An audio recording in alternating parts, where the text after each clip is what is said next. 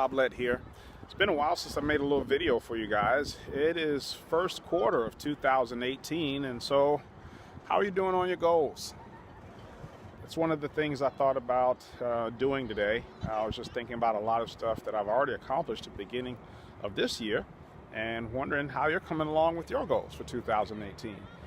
Maybe you haven't ever set goals before. There's a lot of information out there on how to set goals.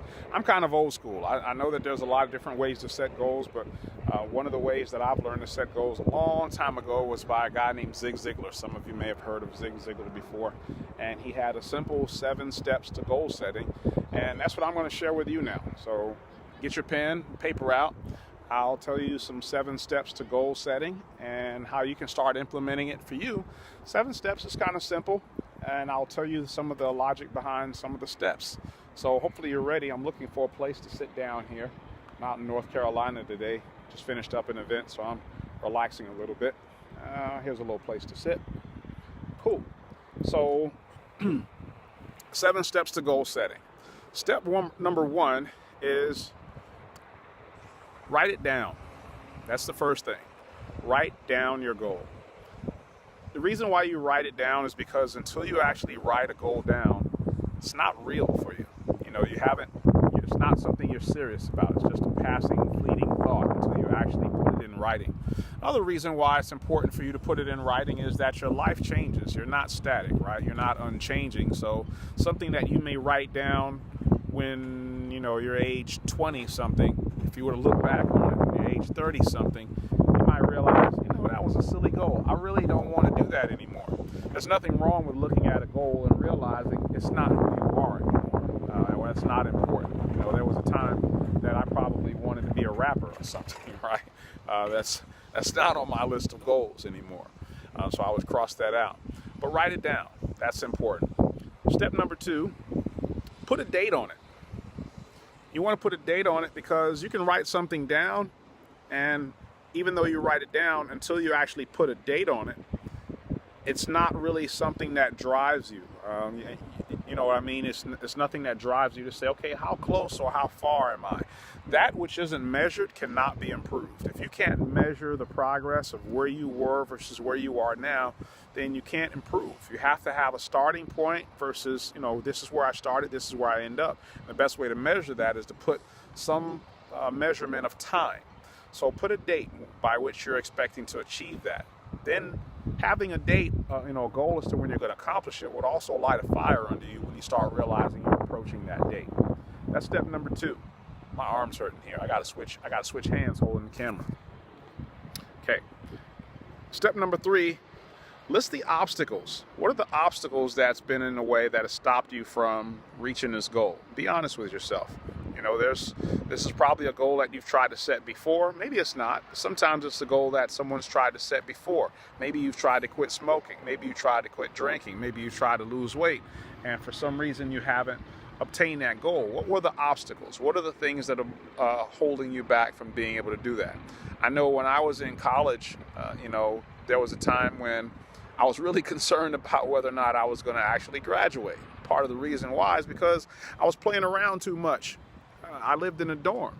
If you ever lived in a dorm before, it's like living in the middle of a soap opera. You feel like you don't want to miss anything, right? So much stuff going on.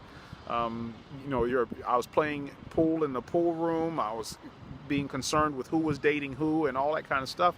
And I looked up and I said, when the heck am I going to graduate here?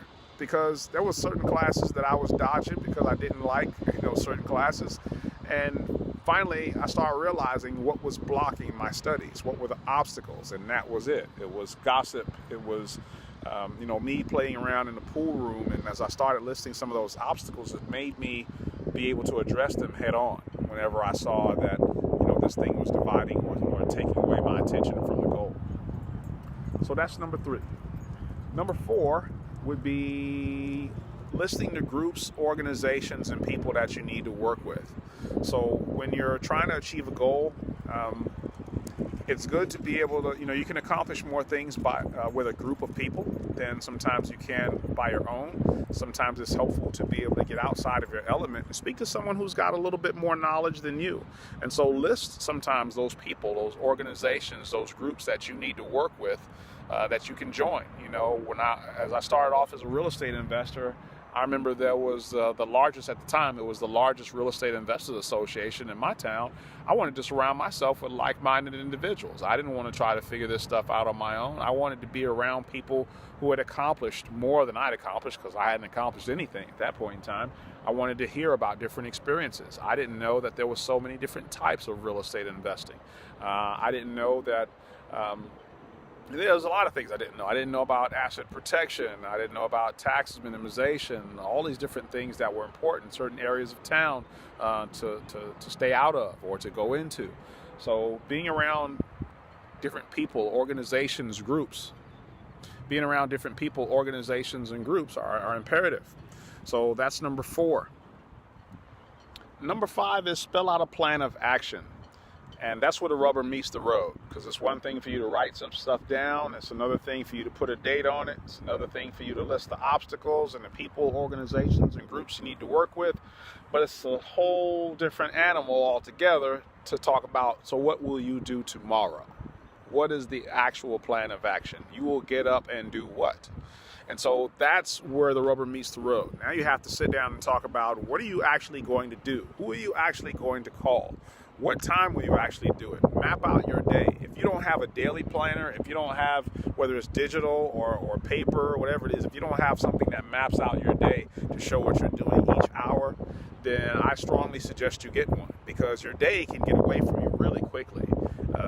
If you just start letting other people design your day and tell you all their problems, and before you know it, it's 2 o'clock, and you're like, wow, what did I accomplish? You're not going to get very far. You have to wake up knowing, okay, today I'm going to accomplish these things. These are some things that are going to move me forward so that I'm further along than I was yesterday. So that is number 5, spelling out a plan of action. Number 6 is, what are the things that you need to know?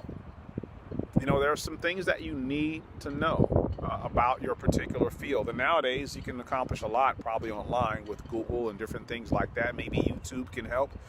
So what are the things that you need to know? Some of those things that you need to know may come from the groups, organizations, and people you need to work with. But there's always some information that you need to know to be able to go into your next logical step or build that plan of action.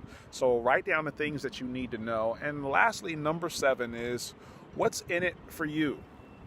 This is probably the most overlooked goal, because too many people end up, going after goals and different things like that, not for themselves, but because they've got some other psychological reason that they're trying to pursue it. You've seen that before. You've seen where children are doctors or psychologists or lawyers, not because they want to, but because their parents always wanted them to. What's in it for you, not for somebody else? And so make sure that this is something that you genuinely like to do. You really can see yourself doing and spending your life doing. I shouldn't say spending your life doing, because it all depends on what your goal is. But is it worth it in the end to you?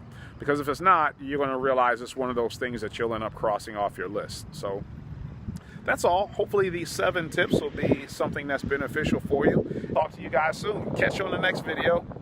Don't forget to like, subscribe, and sign up for notifications. Notifications are those things that let you know whenever I create a new video, you'll be notified instantly. Talk to you soon. I'm out.